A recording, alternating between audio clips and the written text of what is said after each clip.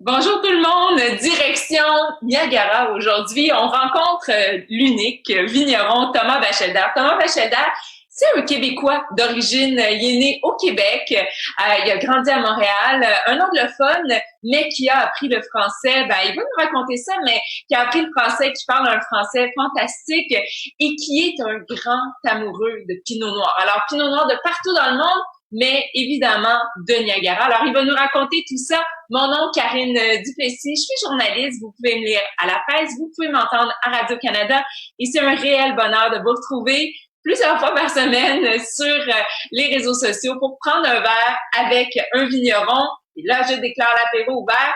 Thomas vient nous parler des rouges de Niagara. Allô, Thomas? Salut, Karine. Ça va bien? Ça va bien? Oui, il fait super chaud ici, mais hier soir, il a risqué de faire -5. On a eu -2 finalement. Est-ce que c'était dangereux pour la vigne? Est-ce que vous avez pris des précautions? C'est archi dangereux. On dit ici de Niagara que la grande période où on a peur, c'est l'hiver avec les bourgeons en dormance comme ça. Ouais. Mais maintenant qu'elle commence à ouvrir, normalement, on est si tardif par rapport à la Bourgogne ou la Californie ou l'Oregon que les dangers de glace sont passés normalement. Mais cette année, on a eu un petit coup au mois de mai autour de la pleine lune où les soirs, on avait des cieux très clairs. Fait que c'était vraiment proche une couple de fois. C'est pas tout le monde qui ont des éoliennes, des windmills, c'est pas tout le monde. Ouais, c'est toujours le danger, hein. Le printemps pour les vignobles, c'est toujours le danger justement que ces gelées printanières viennent, ce qu'on dit là, griller ou brûler les bourgeons qui sont tout petits, qui sont prêts à commencer leur travail. Et puis on n'aime pas ça quand il fait froid. Thomas, ouais. je le disais en introduction, donc ton amour du Pinot Noir t'a amené en France, en Bourgogne, pour aller apprendre le vin. Et pourquoi finalement avoir décidé de faire du vin à Niagara? Parce que avec ta femme Mary, vous auriez pu aller faire du vin partout dans le monde. Vous en faites d'ailleurs ailleurs dans le monde. Mais pourquoi avoir décidé de vous installer à Niagara? Pourquoi ce terroir vous a interpellé? C'est un peu la même raison pourquoi j'ai choisi le Pinot Noir. Le Pinot Noir, j'ai commencé comme journaliste comme toi, mais plus âgé que toi à l'époque de Jean Aubry et Marc Chapelot, par exemple, et François. Et je vous dis que à ce moment-là, j'ai dit, mais je veux être vigneron. Je vais travailler dans quelle région? Mais c'est le Pinot Noir qui m'a choisi. Et si tu veux, en venant à Niagara pour le Clos Jordan en 2003, je suis venu d'Oregon. Avant, j'étais en Bourgogne.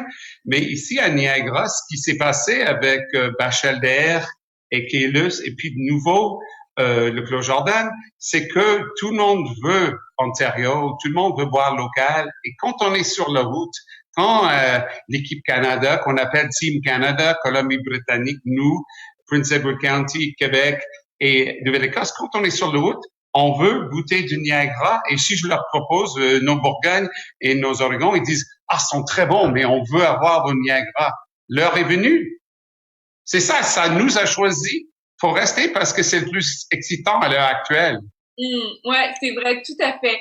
Et j'ai promis, donc, j'ai sorti ma carte parce que quand on a fait une tournée des vignobles ensemble à l'été 2018, tu m'as annoté cette carte-là. Alors, je l'ai sortie de mes archives pour qu'on explore ensemble puis qu'on explique à la maison parce que, évidemment, tu as raison. Je suis certaine que cet été, il y a des gens qui feront Team Canada, qui vont être soit dans les vignobles du Québec, soit de Niagara ou ailleurs au pays pour goûter des vins locaux, pour prendre leurs vacances. Alors, peux-tu nous raconter un peu ce terroir de Niagara et justement les différentes appellations? Moi, on va goûter 2 de tes pinots noirs, justement, de 2 appellations différentes, mais rapidement, c'est quoi le terroir de Niagara? Mais rapidement, c'est basé sur l'escarpement. Donc, dit autrement, les chutes de Niagara tombent d'une falaise calcaire. Et où il n'y a pas de chute, il y a des vignes. Donc, on bénéficie pas de la même calcaire de la Bourgogne. C'est plus proche aux Dolomites de l'Alto Adige, mais c'est du calcaire quand même. Et quand on est sur le bench ou l'escarpement, et ça se voit pas trop clairement sur ta carte, mais le bench, c'est St. David's Bench puis Short Hills Bench à travers Sainte-Catherine, et Ouais. puis Jordan Bench, Vineland Bench, qui ensemble sont appelés 20 Mile Bench, Ouais. Deemsville Bench, Grimsby Bench. C'est comme des petits villages en Bourgogne, peut-être moins folklorique que la Bourgogne, mais c'est le folklore canadien et vous avez tous ces petits villages au long de l'escarpement. Ouais, tout à fait. Et puis, je pense il y a une carte qu'on aime beaucoup, on le voit peut-être un peu mieux l'effet du climat sur le bench ici, hein?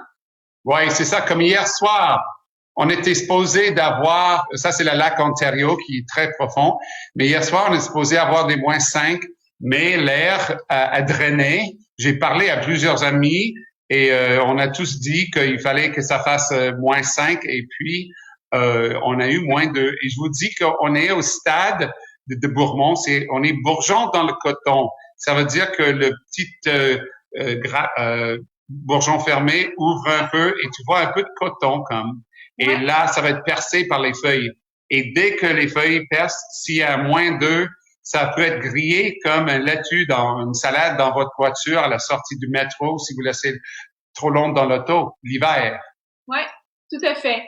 Il y a l'autre carte ici, donc on voulait montrer parce qu'on voit, c'est une carte qui montre la profondeur des lacs. Et ça, c'est quand même important pour le terroir de Niagara. Oui, exactement. Et comme on voit le plus profond, c'est le lac supérieur, c'est comme un mer. Mais le lac Ontario, c'est très profond. Et si tu vois le petit espace entre le lac Ontario et le lac Erie, c'est comme une flaque tellement c'est pas aussi un flaque que le lac Trasimeno en sud d'Italie, mais c'est très peu profond pour un lac canadien. Ouais, tout à fait. Alors tout ça, le fait que le lac soit aussi profond, qu'est-ce que ça influence dans le terroir justement de la benche, de l'escarpement, pardon, et de la température finalement? Je dirais oui, c'est très important. Et ce qui est très différent, les gens de Montréal où et les gens de Toronto sont habitués d'avoir le Saint-Laurent au sud d'eux, tandis que les Torontois, c'est le lac Ontario au sud d'eux, tandis que nous, à Niagara, le lac est au nord. Donc, on a un aspect nord, c'est le meilleur parce que le lac est chaud l'automne, ça nous aide à mûrir les trucs comme Cabernet Franc. Donc, on a une région qui peut mûrir sur le calcaire, le pinot noir, avec le soleil de l'été. Mais à la fin de l'été, les grappes, les cépages plus tardifs, comme le Cabernet Franc, se mûrissent avec la chaleur reflétée du lac, qui reste après une longue été plus chaud. On sait tous, si vous êtes allé à Gunquit, vous savez, il vaut mieux aller en août qu'aller en juin. Ouais, tout à fait. Pour la température de l'eau. Ouais, tout à fait. Et si on revient à cette carte donc de l'escarpement, mais aussi de toutes les appellations donc de Niagara, on va goûter deux vins ensemble, un de 20 Mile Bench, puis un de St. David's Bench. C'est quoi la différence finalement quand on prend des raisins qui sont sur cet escarpement et ceux par exemple qui seraient très très près du lac?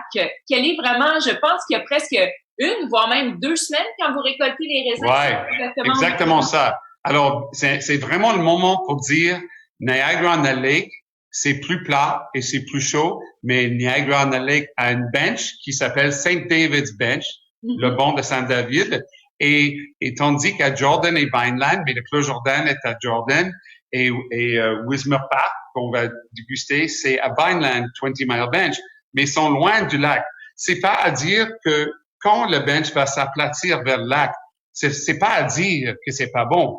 François Morissette, l'autre Québécois, a beaucoup de vignes là qui sont bons. Il a aussi des vignes sur le bench, bien sûr. Mais c'est un choix. Sur le Lincoln Lakeshore ou les Creek Shores, ces deux appellations-là, les terres sont plus lourdes et vous avez beaucoup plus de couleurs et ça mûrit plus vite. Et c'est autre chose. C'est comme, tu ne peux pas dire, j'aime que le Chablis et le Meursault, et je n'aime pas le Puy-Fuissé. Le Puy-Fuissé, c'est au sud, c'est autre chose, mais c'est très bien. Ouais, tout à fait.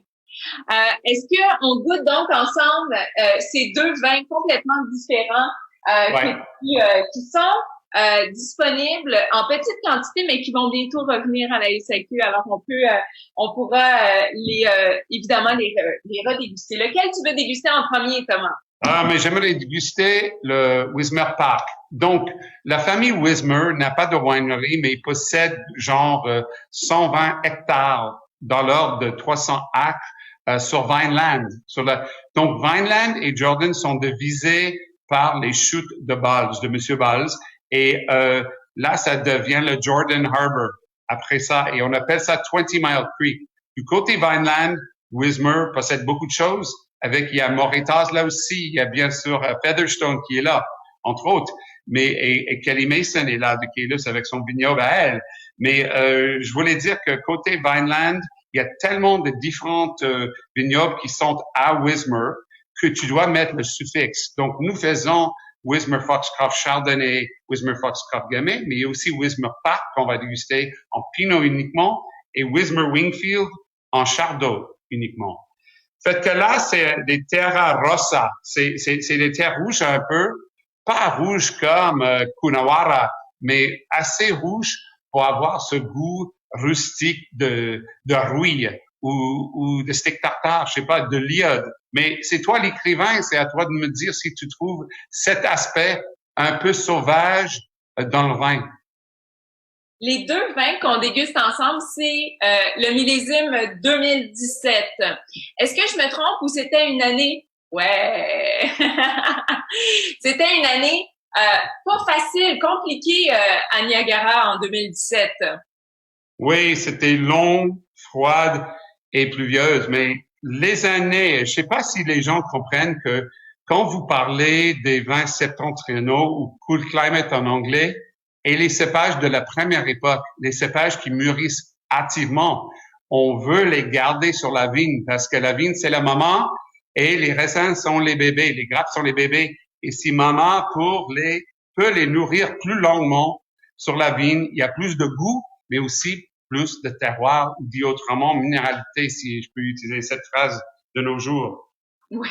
C'est vrai que c'est un terme qui est un peu à la fois controversé, un peu galvaudé. Alors c'est vrai que la minéralité, on l'utilise juste de temps en temps. Ben moi, dans les deux vins qu'on va goûter ensemble, je suis contente qu'on commence avec celui-là parce que dans mon verre, c'était vraiment celui qui était le plus aromatique. Alors, il était vraiment, et tu me diras si c'est ce que tu sens toi aussi, si c'est le terroir qui parle, mais le Lowry était beaucoup plus discret dans mon verre, tandis que le Wismer West, il était vraiment là, il y avait beaucoup de choses à dire aujourd'hui, ce vin-là, très beaucoup de fruits au nez. Mais c'est comme moi je connais tes deux enfants, tu connais les miens. C'est comme on peut parler d'un enfant un peu trop longuement et puis moi je vais vouloir que tu parles de l'autre enfant. Je les aime également mais différemment. Et je suis complètement d'accord avec toi, mais j'ai jamais dit ça en ondes, mais on a déclassifié Wismer Park pour 3 années dans notre truc de village ou dans le parfum, le bachelor parfum de Niagara. Pourquoi? Je pensais que c'était des brettes tellement c'était sauvage. Donc, j'ai déclassifié ça dans les lots un peu plus grands. Et puis, mais je fais pas beaucoup. Je fais jamais un lot qui a plus de 15 fûts et c'est 25 caisses par fût. Alors, fais le maths, mais ce que je veux dire, c'est que j'ai déclassifié. À un moment donné, j'ai dit pourquoi. Alors, je l'ai envoyé en Californie. 0 brette. C'est le caractère. Et donc, dès que je savais que c'était terroir, alors là, je me suis concentré sur la partie ouest du vignoble où il y avait le plus de ce goût de magnésium, presque de fer, comme quand vous mordez dans la langue et vous goûtez ce goût de fer. Alors là, c'est un peu ça pour décrire ça, et je l'adore maintenant. Mais c'est pas facile, c'est pas tout le monde qui aime ce vin. Ça a du caractère. Très intéressant ce que tu dis. Peut-être un peu le côté fumé. Tous tes vins donc font, on le voit derrière toi, font un élevage en fût de chêne. Tout en fût bourguignon de France. Et cette année-là, 17, j'ai fait ce que j'ai choisi. Il n'y avait pas de bois neuf. Dit autrement, si on met du bois sur une cuvée, car on va juste trouver toujours les barriques, les fûts les plus harmonieux pour mettre ensemble dans le cuvée du single vineyard. souvent, c'est le bois neuf qui est exclu et qui descend dans le village, mais le deuxième année, ce fût, il va être fantastique. Il va avoir été mis en forme, dressé par la première vin. Et donc, il ne faut pas que quand tu veux faire des vins de terroir et quand tu veux définir un terroir, un tel terroir, il ne faut pas que le bois neuf, tu vois, cache les choses comme l'effet terroir. Peut-être qu'à la maison, peut-être que c'est la première fois que les gens entendent que effectivement, on peut utiliser un fût de chêne plusieurs fois. Comme tu dis, s'il est neuf la première année, il va avoir tendance à marquer plus le vin, mais les années qui suivent, justement, ça va être peut-être plus discret ou ça va mieux s'intégrer au vin. En moyenne, tu les gardes combien d'années, tes fûts de chêne? Mais l'idée, c'est que si tu avais 25% neuf, c'est 4 ans par le math, mais ça n'arrive jamais parce que si vous êtes en expansion, vous gardez les vieilles fûts plus saines, tu les gardes et autrement dit, des fois des fois tu commences à être attaché à certaines fûts qui donnent toujours un bon résultat. Tu dis mais lui était Wismer Park l'année dernière, le vieux fût, et il n'a pas été déclassifié, donc tu le gardes celui-là et tu te souviens, tu marques ses origines, qu'est-ce qu'il y avait eu dedans, et c'est comme ça, j'ai appris ça quand je bossais à Meursault ou Coche du Riz, qui m'a dit Thomas, toujours, même avec des vins de village, le même cru dans les mêmes fûts. Et donc, tu ajoutes des fûts neufs, mais comme ça, le vin qui est dessous dans les marins est de la même provenance. Donc, c'est pas toujours possible de faire ça, mais on essaie. D'accord, très intéressant. C'est vrai, t'as raison, je l'ai goûté en bouche. C'est vrai, un côté un peu plus austère, mais moi, j'aime son nez déjà m'enchante. Comme Pinot Noir, ben à la maison, vous le voyez certainement une robe. Non, peut-être que vous le voyez pas, j'exagère. Mais si on le met sur peut-être Ouais, peut-être ça que c'est vous ne mieux. voyez pas, mais une robe assez pâle. Évidemment, c'est la caractéristique du Pinot d'avoir justement ces robes qui sont très translucides, j'ai envie de vous dire, hein, un peu cerise pâle. Au nez, un parfum, là, je vous dis, très, très, très violette, cerise, framboise. C'est très ouvert comme nez. Mais Thomas a raison, en bouche, on sent que le terroir pâle est assez, peut-être un Pinot Noir j'ai envie de dire presque un peu costaud, hein. Il y a du caractère quand même. Oui, je dis souvent aux gens que le pinot noir, quand j'ai commencé dans la trentaine, on voulait des pinots noirs plus foncés et tout. Et puis maintenant, la nouvelle génération comprennent, les jeunes, les milléniaux, ils comprennent, ils disent, si j'ai un vin un peu pâle, ils disent, garde la robe de ce vin. Je dis, ouais, vous aimez ça? Moi, j'aime ça, mais d'office, les gens aiment ça maintenant, les plus jeunes. On cherche pas à avoir un vin plus concentré de ça parce que la peau de la pellicule de Pinot Noir est tellement mince. Oui, ça invite un peu le rot, mais et c'est pour ça qu'on trie le Pinot et c'est pour ça que le Pinot est cher. Mais une des raisons est le faible rendement. Mais ça laisse passer le terroir parce que c'est pas juste fruits. Il y a beaucoup de la place, de la géologie qui joue dans un verre de Pinot. C'est pour ça qu'on utilise des ballons pour laisser sortir tout ça. Dis-moi, Thomas, est-ce que ce vin-là, c'est 100% éraflé? Donc, est-ce que vous avez enlevé la tige de bois qui retient les petits grains de raisin, comme on le fait souvent, ou on a mis la grappe entière aussi, donc avec la rave qui apporte souvent plus de structure, mais qui peut aussi apporter, si l'année est moins bonne, plus de verdeur? Oui. Alors là, ma réponse, c'est que dans le Vieux-Monde, quand vous travaillez sur Bourgogne, les gens savent ce qui marche dans chaque coin et où vous pouvez. Il y a une histoire avec chaque quelques ronds de vigne, chaque petite parcelle. Mais au Nouveau Monde, quand on veut découvrir un terroir, c'est mieux de le grapper à 100% parce que là, vous avez une précision. Mais ce qui est bien de savoir, c'est que des fois, les gens pensent, laquelle partie, Thomas, de ce vignoble est le plus foncé? C'est peut-être là, mais lui est peut-être déclassifié. C'est parce qu'il faut chercher pour définir comment on fait les bourguignons, un single vineyard. Il faut choisir la partie de vignoble qui a le plus de caractère, un caractère qu'un Karine peut dire, ah oui, je reconnais ça encore cette année, malgré le changement de millésime. Et c'est ça qu'on veut tous. Pas être bon à l'aveugle, mais avoir des caractères qu'on aime, qu'on peut nommer et qu'on peut revoir millésime après millésime. Hmm. Est-ce que on goûte le deuxième, donc Laurie, qu'on disait, Ouais. je le mets moi aussi.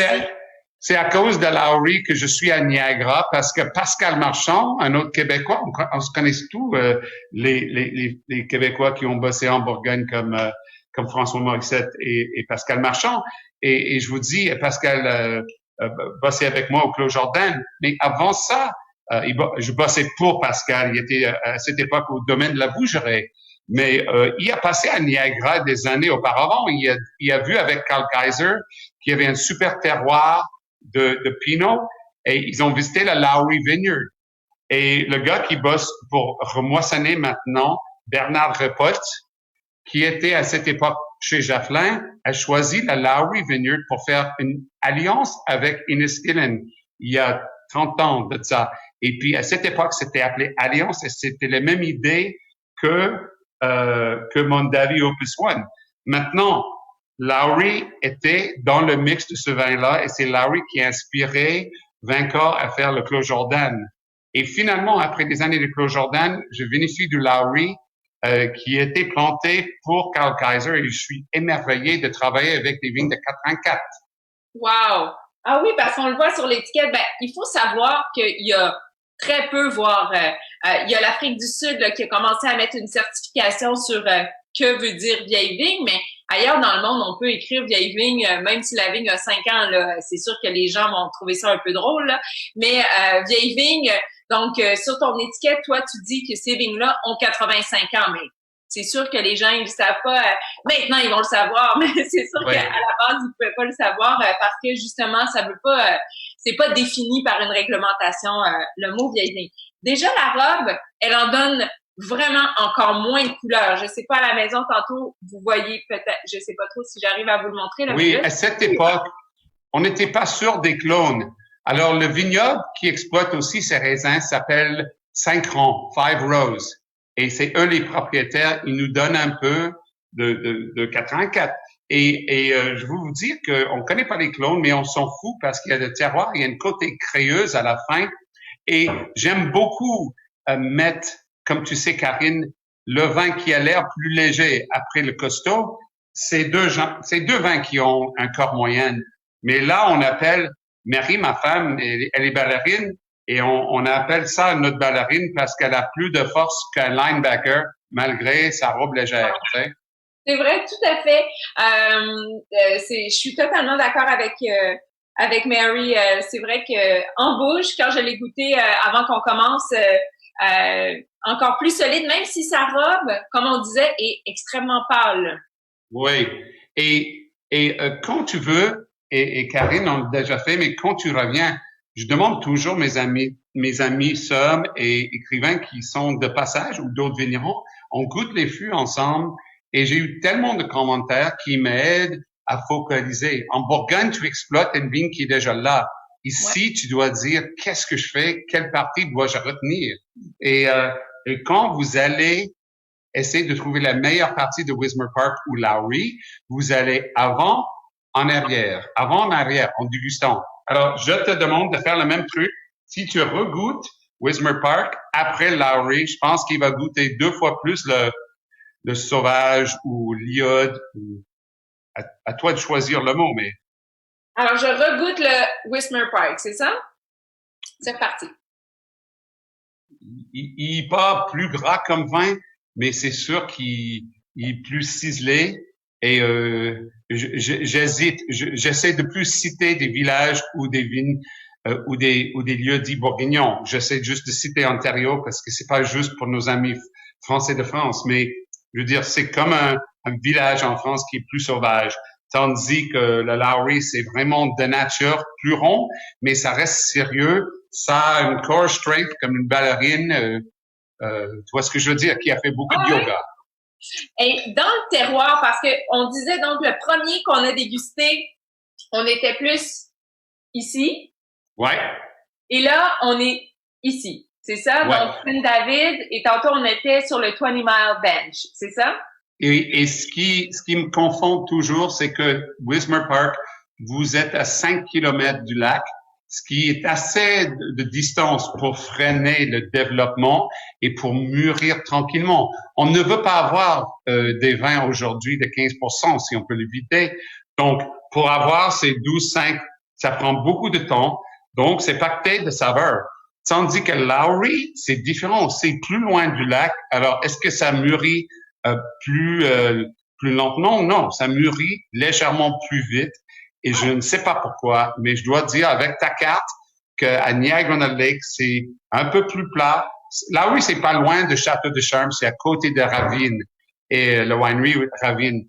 Et je dirais c'est l'effet de la rivière de Niagara qu'elle est aussi très tempérée. Et c'est à 2 kilomètres de là. Ouais. Donc, aujourd'hui, on a dégusté ensemble 2 pinots et comme tu le disais, Pinot Noir qui est un cépage qui est pas simple, qui a besoin de temps, qui est plus capricieux et tu disais donc il fait plus chaud près du lac. Alors tout ce qu'on pourrait trouver par exemple parce qu'on en trouve là de l'Ontario, de Niagara par exemple des cabernets voire même des merlots, donc les vignes seraient plantées plus près du lac pour bénéficier de cette chaleur. Est-ce que c'est ça, Thomas? C'est ça et c'est souvent aussi montre à nos auditeurs que le bon, ce n'est pas égal. À Beamsville, vous êtes à 3 kilomètres du lac, à Grimsby, même 2. Et à Jordan et Vineland, vous avez 5 voire 6 kilomètres du lac. Et c'est pour ça que Jordan et Vineland, c'est la terre bénie pour Chardonnay, Pinot Noir et Riesling. Il y en a beaucoup, beaucoup. Et maintenant, je vais avoir des appels demain de mes amis de Beamsville, où je suis maintenant au Batcave, mais on a des vignes sur Beamsville. C'est sûr que j'adore Beamsville, mais les plus friands, les plus frais, à mon avis, sont sur Vineland et Jordan. Mais c'est pas tout le monde qui cherche le même truc. C'est la beauté de notre planète. On cherche des choses différentes. Mais c'est une vérité de terroir. Thomas, dernier vin que tu voulais me faire découvrir, c'était ton Gamay. Parce que le Gamay, et lui, je vous le dis à la maison, vous allez le trouver plus facilement à la SAQ parce qu'on en a eu un arrivage et il va revenir. Gamay. Et puis, première chose, pourquoi Thomas fait du Gamay? Thomas qui fait du Chardonnay Pinot Noir comme en Bourgogne, c'est quoi l'idée d'aller faire du Gamay?